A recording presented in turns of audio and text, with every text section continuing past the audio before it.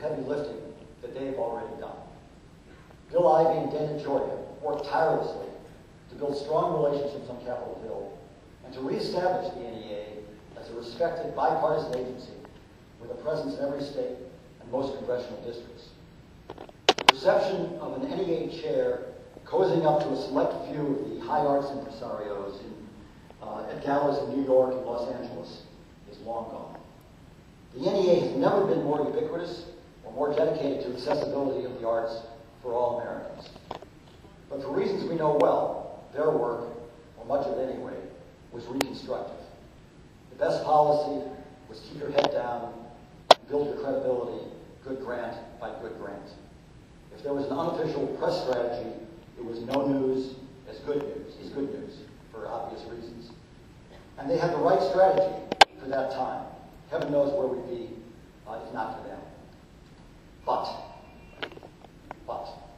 it's now time to move the ball down the field. I'm a sucker for sports metaphors. You'll find that over the next 4 years until you're tired of them. And it's difficult to move the ball down the field if you're always looking over your shoulder to see who might be about to tackle. My colleagues in Washington cringe when I use words like pathetic and invisible and embarrassing to describe the NEA budget. So let's just say the funds we have to work with are not that large. England is the worst, England is the European country that is the worst public supporter of the arts. Their budget, $900 million. That would translate with our population to $4.6 billion here. That's not going to happen. Today, we are announcing that I will spend the next 6 months visiting neighborhoods and towns all across America, seeing and spotlighting all the ways that art works. I will visit downtown sculpture gardens, art walks along riverfronts, free public performances and exhibitions, historic building renovations, and subsidized artist workplaces and residences.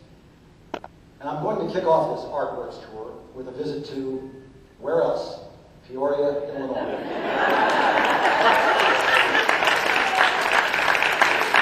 On November 6th. Carol Coletta, the president of CEOs for Cities, will join me in talking with political, civic, and arts leaders, including Kathy Chitwood, the head of the East Light Theater, who's invited me to see a performance of Rent. Thought maybe I'd never see that show again. And looking at Peoria's warehouse district, that might just become the site of a new Mass MoCA or Marfa. I already have trips planned to Missouri and Tennessee, and we are setting up visits to California, Idaho, Kentucky, and Washington State. I know I sound like an advocate. Well, that seems to be a touchy subject. Some quote-unquote journalists have recently accused this agency of losing its independence and becoming a propaganda machine. While I want to state in no uncertain terms that the NEA is not a political agency, and that when art becomes propaganda, I lose all interest in it, I also want everyone to know that the days of the defensive NEA are over.